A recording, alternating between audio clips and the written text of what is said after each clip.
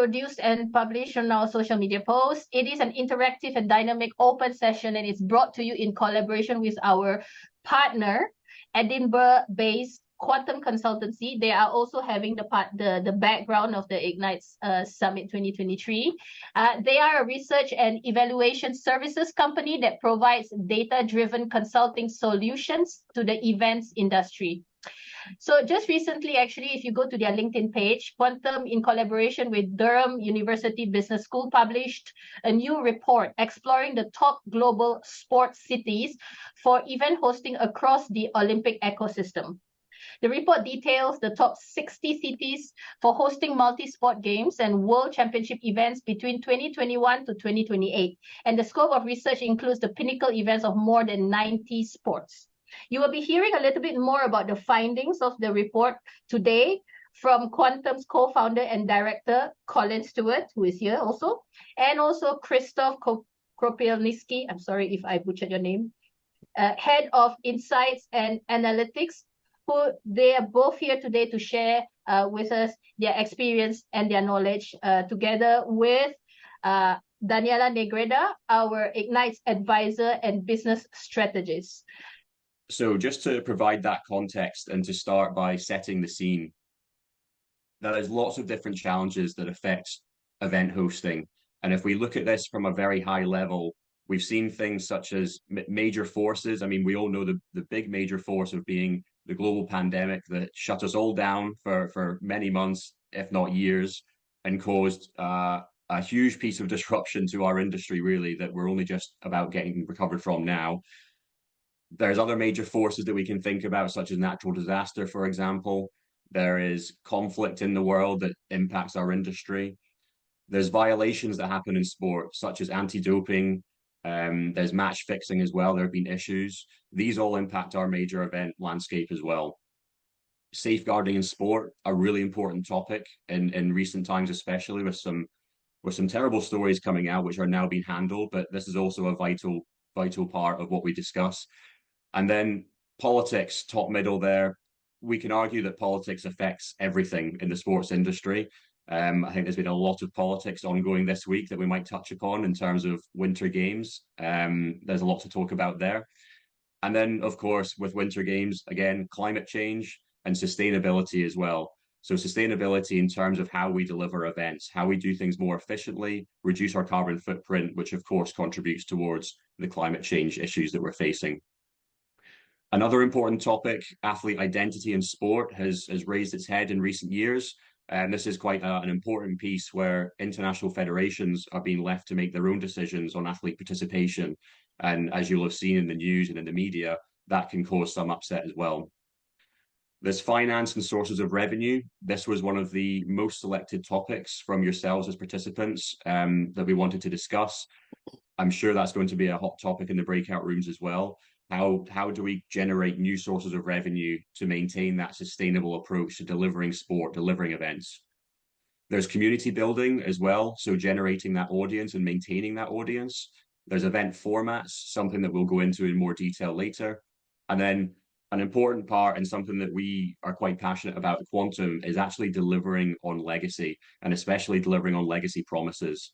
So in our industry, over time, there's been a lot of talk about legacy. It's used as a buzzword, but when it comes to actually measuring the impact and ensuring that legacies are delivered and that they're delivered for the long term, that's an area that's a bit more grey and questionable. So that is a challenge for our industry to start proving that we are delivering on the legacy promises that we make. So just to go through a little bit of more of the history here, so going way back, we're talking about major disruption to major events and challenges that have been faced. Of course, there are wars and conflicts.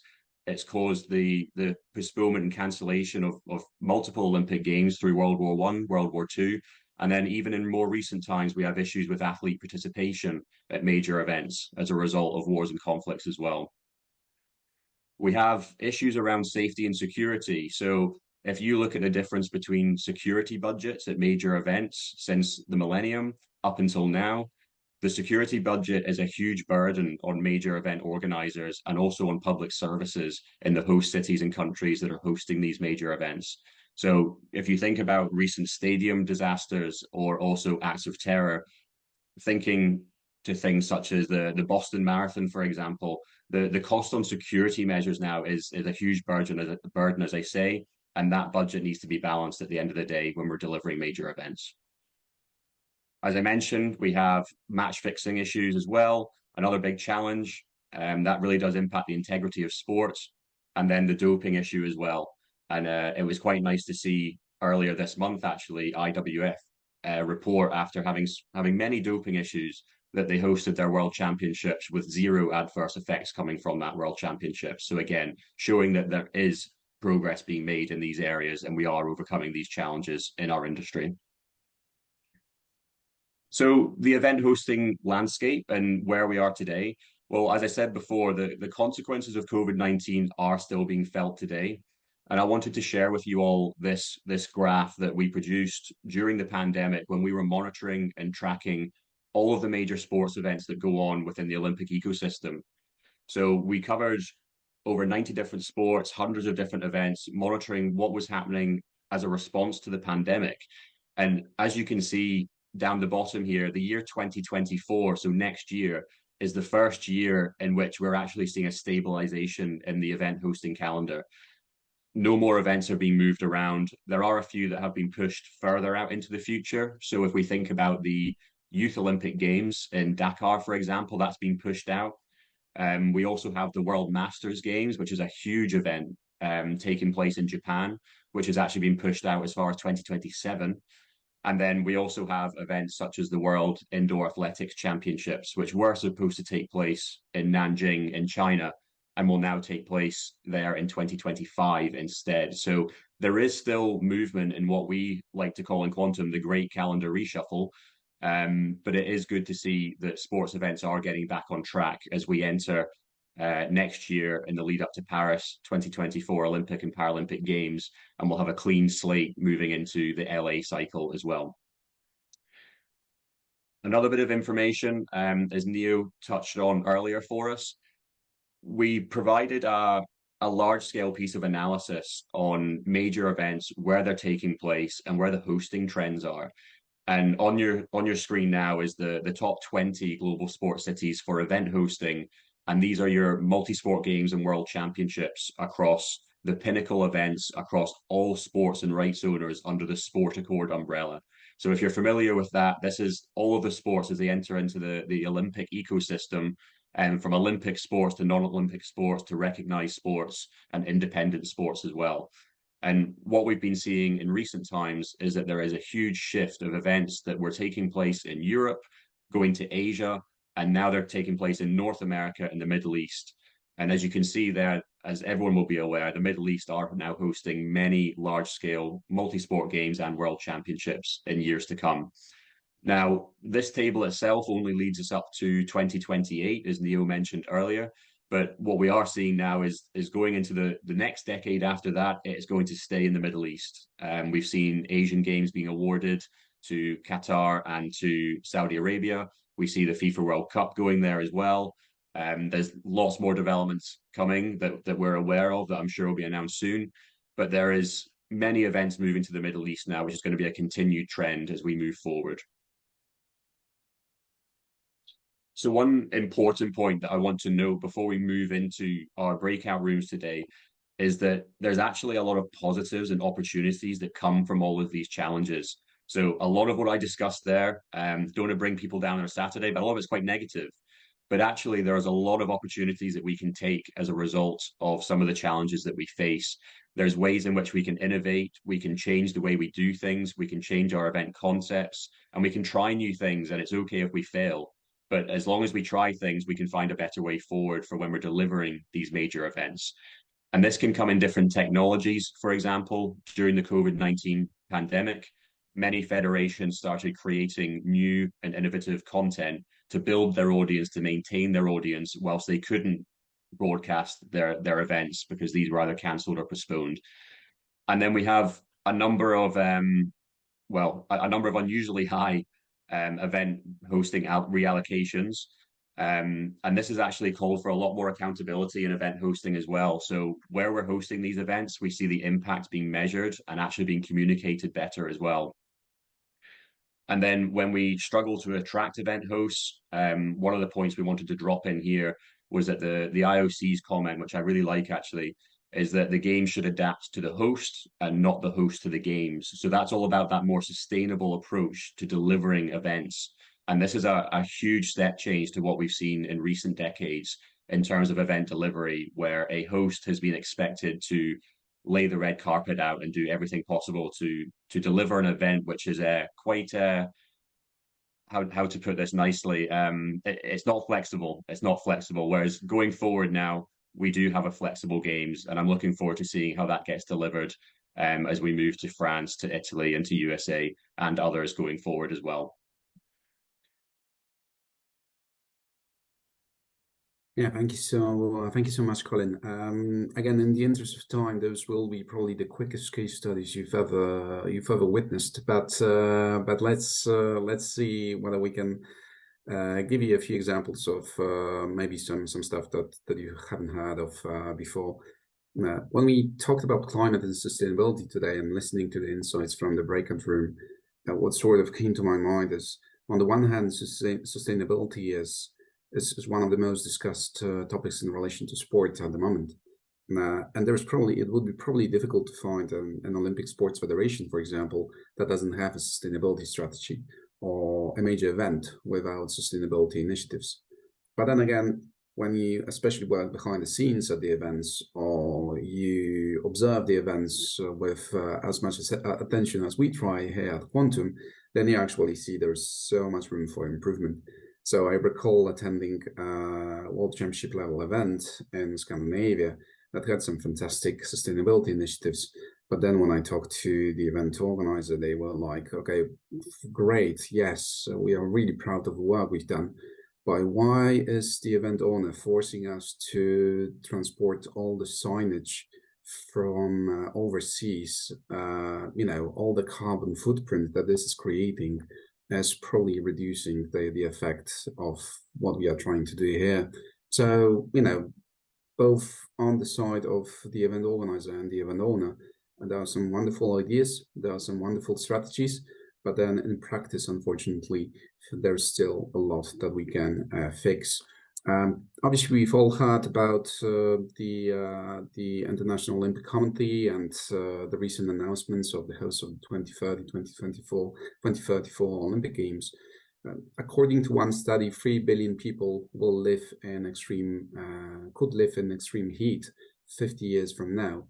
And of course, the climate change is progressing so quickly that the IOC, according to its own study, has already admitted that by 2040, only 10 nations will be able to host the snow events at the Winter Olympic and Paralympic Games, which is obviously probably one of the main reasons why they decided to go for a double allocation of the 2034 Olympic Games. And they obviously are in what they labeled privileged dialogue with Switzerland to host the 2038 Olympic Games. So obviously they wanted to kill as many birds on one stone as possible before the interest in hosting the Olympic Games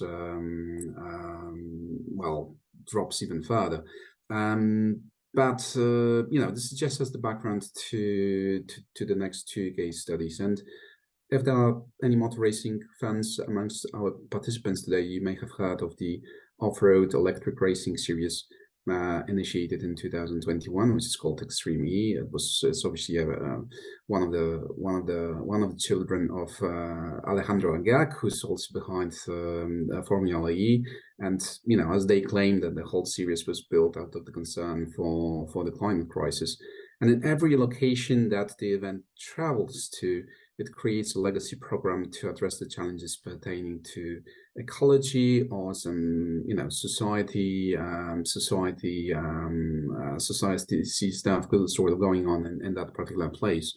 But what is most interesting about that series, from my perspective, is the no spectator policy. So of course, as event organizers, and probably we have some event organizers amongst us, one of the key objectives for event organizers is to sell out the event, is to maximize the on-site attendance. Whereas they say to their fans, don't come to our events because you create too much carbon footprint. So you can follow the event online, you can follow the event on TV, you can watch the behind the scenes documentaries that we release. But we don't want you on site. We want as few people involved in the event as possible in terms of event organization. So also part of the television production is done remotely from London to reduce on-site attendance in terms of accredited personnel. Same with the teams; they are allowed to have only 8 people traveling. So 2 drivers, 1 engineer, and 5 mechanics. Now, with the Asian Games, that's obviously not the only event in recent times that has promised or has made the commitment to be carbon neutral. But the recent Asian Games in Guangzhou in China obviously made that commitment that they want to be the first carbon neutral Asian Games in history. One of the most interesting sustainability initiatives that they ran was about building an app in collaboration with one of the sponsors, Alibaba, reward athletes, journalists, and staff for making eco-friendly lifestyle choices. So, for example, athletes could return or recycle plastic bottles in specific locations, and therefore earn some credits, which they would then exchange for souvenirs at various locations in the Asian Games village. So yeah, just 2 examples of some interesting sustainability initiatives which we have seen in recent years. And then secondly, we've got the evolving event concepts, which again, what I'm going to say now very much links back to some of the insights from the conversations that we had in the breakout rooms. What is striking to us is that there are 2 very different approaches taken by international federations when it comes to developing event concepts. One of them is downsizing, and the other is basically creating more mega events in the world of sport. So on the one end of the scale, we've got the FEI with the World Equestrian Games, which took place between 1990 and 2018. And I had the opportunity to attend the 2018 World Equestrian Games, and it was a remarkable event. But it's simply too expensive to host. It's too complex logistically to host. There were very few, equestrian organizers that wanted to have this event in the country. So the FEI decided, if this doesn't really work, if it's too expensive, we'll allow our hosts to apply for 1 or more World Championships instead of forcing them to host at the FEI World Equestrian Games, which would usually cover 7 equestrian disciplines. So from that point of view, what they did has certainly helped them to generate more interest in hosting the World Championships in equestrian disciplines. They had 2 hosts in 2022, Denmark and Italy. They're going to have 2 hosts also in 2026, and Germany and Saudi Arabia. So Saudi Arabia has applied to host the endurance race, and Germany will host the other disciplines. But then on the other hand, we've got FIS and UCI, and FIS has recently confirmed that they will organize the inaugural edition of the FIS Games in 2028. What's interesting about this is, obviously the FIS disciplines account for 50% of the medal events at the Olympic Games. So the idea is, and all part of the commercial strategy for the development of the sport and the interest in the sport, is how about we create our own mini Olympics of the skiing events. But it's not going to be seen as the World Championships event for those disciplines. Instead, it's just going to be part of the World Cup series for the respective disciplines, which will be part of the program. but still, it's a massive new event for the snow sports. You know, certainly before the first edition, we can't really say what the result of that is going to be, but the whole idea has already drawn some criticism from the ski and snowboard sector. Still, the FIS promises that it's gonna offer some flexibility to the hosts when it comes to determining the final program, but they do want to showcase all the disciplines, not just the best known disciplines that we all watch and that we have probably followed at least during the Olympic and the Winter Olympic Games. And now they obviously follow the footsteps of the UCI, which was one of the first international federations that decided, okay, how about we merge all our world championships into one event? Again, in the case of the FIS, it's not necessarily about world championships; it's more about bringing together all sports in one location. But in terms of the UCI, it was 13 different world championships which were held in a single location, Scotland, Glasgow, and neighboring cities earlier this year. And of course, the UCI claims that the event was a resounding success, and the event organizers would say the same. Probably some local residents wouldn't agree, because I've seen some press reports about local residents not being able to leave their house for a couple of days because of the road race. But we all know the challenges that come with organizing events like this. So again, the jury is probably still out whether this was the right decision to take for the UCI, but certainly interesting to see that development.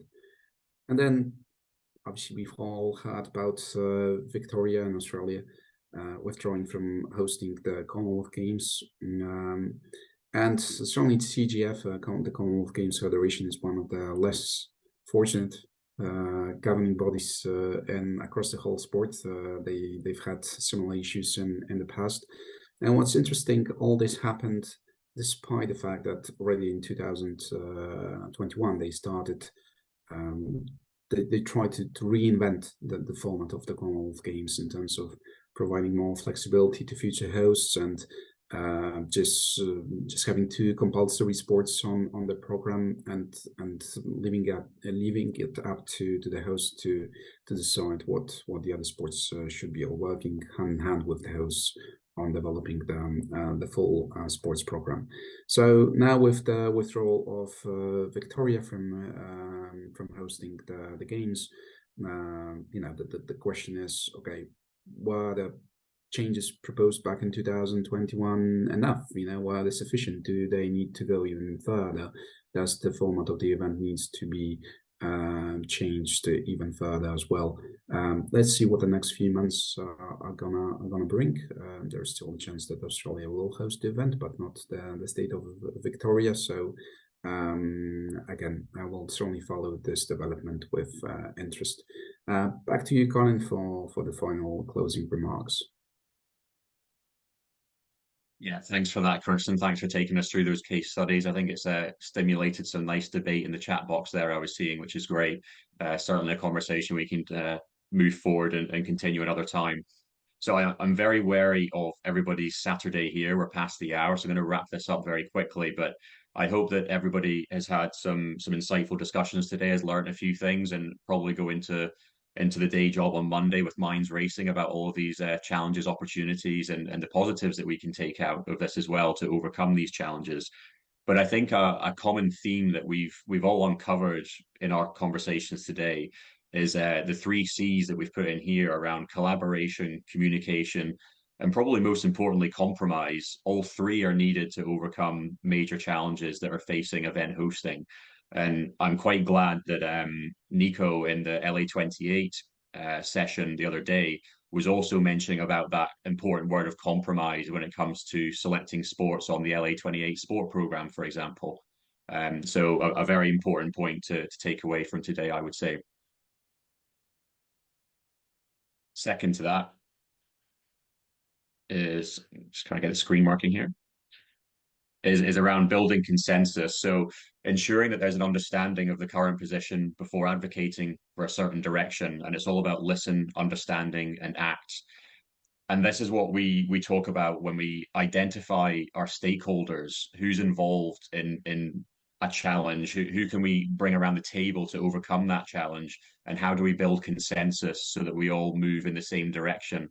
There's a few comments in the chat box when we were discussing event formats about organizations working in silos, when in actual fact, there's probably some consensus to be had on a global international level around understanding how events work, how we deliver them, and how we can improve them, especially to overcome that challenge of sustainability and making sure that we have a sustainable future in our industry. And third and finally here, just as we wrap up, it's going back to that point of seeking out the positives when we overcome these challenges. So in terms of innovation, it's the word innovation has been used in several discussions today. I think that's quite important because as we develop solutions to overcome challenges, there's always going to be a ripple effect. So we need to understand when we implement the solutions, what are the benefits that we can take from that to accelerate the progress of our industry going forward as well. So 3 takeaway points from today, as I say, just wrapping up very quickly, but just want to say thank you again to everyone for participating today. And we look forward to developing the white paper with the team at IGNITX as well, which we'll distribute after this session, probably in a couple of weeks' time. But we'll make sure that everybody receives a copy of that. So thank you for participating today, and thank you again to our moderators.